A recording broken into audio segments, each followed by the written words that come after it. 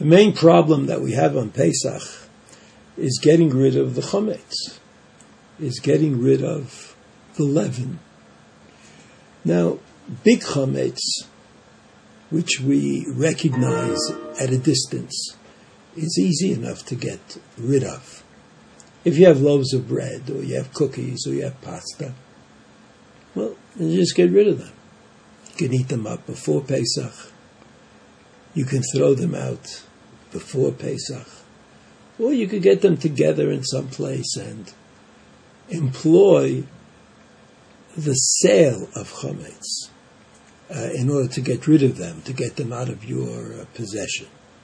This is also true for whiskey and other drinks of that kind, beer, that are chametz. So you eat them up or drink them up before Pesach, or you throw them out, get rid of them into the city or state garbage before Pesach, or else you sell the chametz in a regular kind of sale. It's probably preferable to try not to sell real, honest-to-goodness chametz, not mixtures of chametz, but real, honest-to-goodness chametz. It's better not to sell, but to get rid of. And unless you have, to suffer financial loss, which I think is possible today if you own many bottles of whiskey, waiting for some glorious, happy day. In that case, selling the chametz is definitely an option. Of course, when you sell the chametz, you have to make sure that the rabbi you're saying the chametz to is connected to other rabbis who are very serious and will be selling the chametz in a serious way.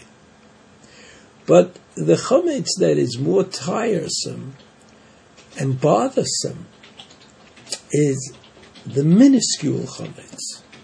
The chametz that you can't really see so well, but you imagine that it might be there. Like the chametz on the floor. I mean, you might imagine that chametz spilled somehow or fell on the floor and it wasn't swept up carefully, and if you could see, it would be there. It would be there on the floor.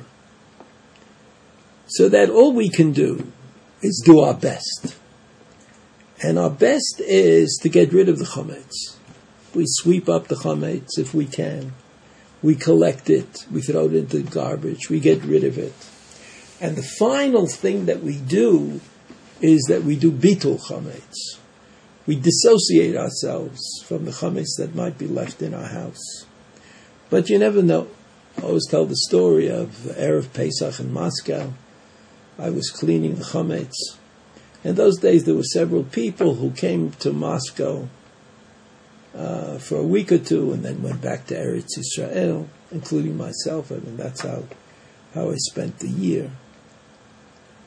I get a call from David. David, who was one of the associates in this project, was also in Moscow, and I'm doing B'dikat Chametz on the night of B'dikat Chametz in Moscow. He calls me, and he says he has to speak to me, even though I'm in the middle of B'dikat Chametz, because it's about B'dikat Chametz, and David says to me, you know my jacket. I have a jacket hanging in a closet. He left the jacket behind. In the top left-hand pocket, the pocket on the lapel, or just under the lapel, there's a waffle. Waffle is a kind of an Israeli cookie.